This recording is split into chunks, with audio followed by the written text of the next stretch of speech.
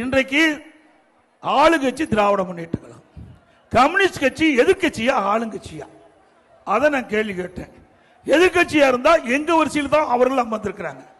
அப்படி எதிர்கட்சியில் வரிசையில் அமர்ந்துகிட்டு பொழுது மக்களுடைய பிரச்சனை வைக்கின்ற பொழுது மக்களுடைய பிரச்சனையை சட்டமன்றத்தில் எடுத்து சொல்ல வேண்டும், பொது வெளியில் எடுத்து சொல்ல வேண்டும்.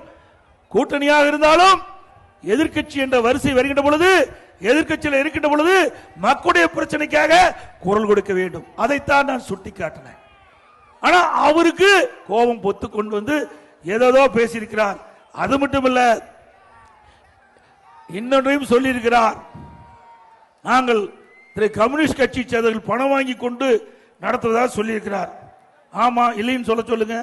யார நாங்களா சொன்னோம்? உங்களை காட்டி கொடுத்ததே திமுக தான். நாங்கள சொல்லல.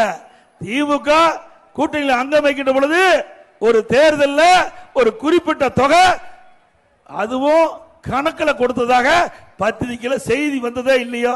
திரு முத்தரசன் அவர்களே சொல்லுங்க. சென்னை சில்க்ஸின் ஆஹா ஓஹோ ஆடி சேல் 50% வரை தள்ளுபடி.